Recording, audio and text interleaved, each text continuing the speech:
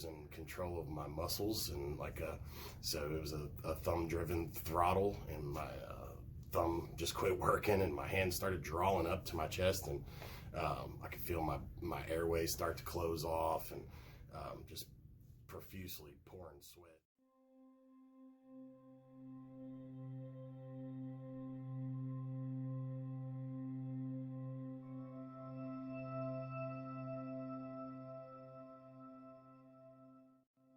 Top of a mountainside that was just recently cleared off, a bunch of stumps everywhere, and I was running a four-wheeler with a finger drag behind it, and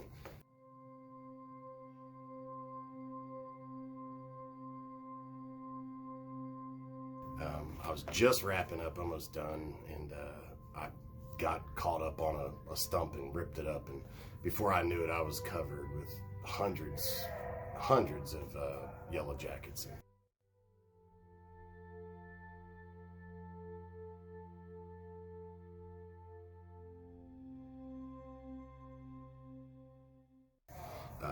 Getting stung so many times, you really didn't, the pain was kind of something surreal you never really felt before. I never really felt before, but it, so after a few 30 seconds, what felt like 20 minutes of trying to wipe them off and taking off with the four-wheeler, I got about 100 yards and I started losing control of my muscles, and so it was a thumb-driven throttle, and my thumb just quit working, and my hand started drawing up to my chest, and I could feel my airways start to close off, and just profusely pouring sweat. I mean, it was August too, and your heart's pounding and you don't know what's going on. And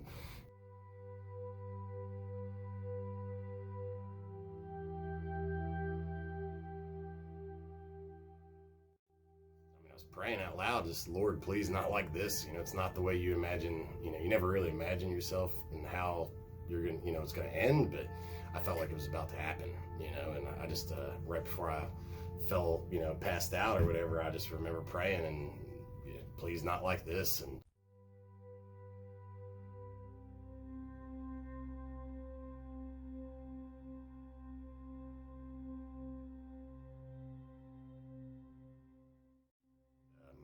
I never experienced anything like that before, and I basically woke up 3-4 hours later, sunburnt, about 150-200 yards from the incident site, and just thanking God that I was still breathing and alive. Couldn't believe it.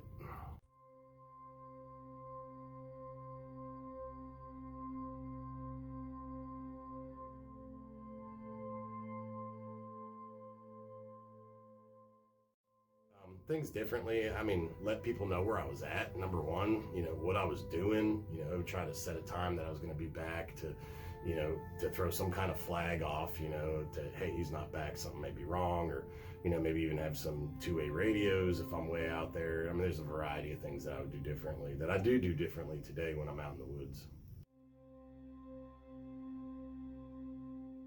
Absolutely. I mean, I think if you think about what you're going to do and the things that you need to prepare for, before you go out into the middle of nowhere, like we talked about earlier, being able to communicate, having somebody know where you're at, having the proper supplies with you. I mean, I didn't even have a bottle of water, you know what I mean? So it was, very ill prepared, just in a hurry. That's another thing, take your time and really look the area over and think twice about, what you're doing. And then in this case, I was pulling a 8-foot wide finger drag behind a four-wheeler, and didn't think one thing about pulling up a stump.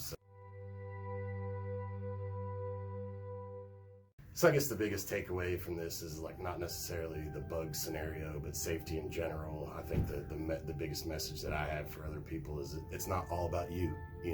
I think we're kind of we have a tendency to be selfish in a lot of aspects in life, when it comes down to it. And I think that we don't take enough time to think about others. And when you do that, I think that, you can really, that when you start to think about others, I think that's when real good thoughts and ideas start to present themselves. And when you really stop looking, at just yourself in certain scenarios, and you look at other people and how it affects them, I think that's when safety really comes to a head.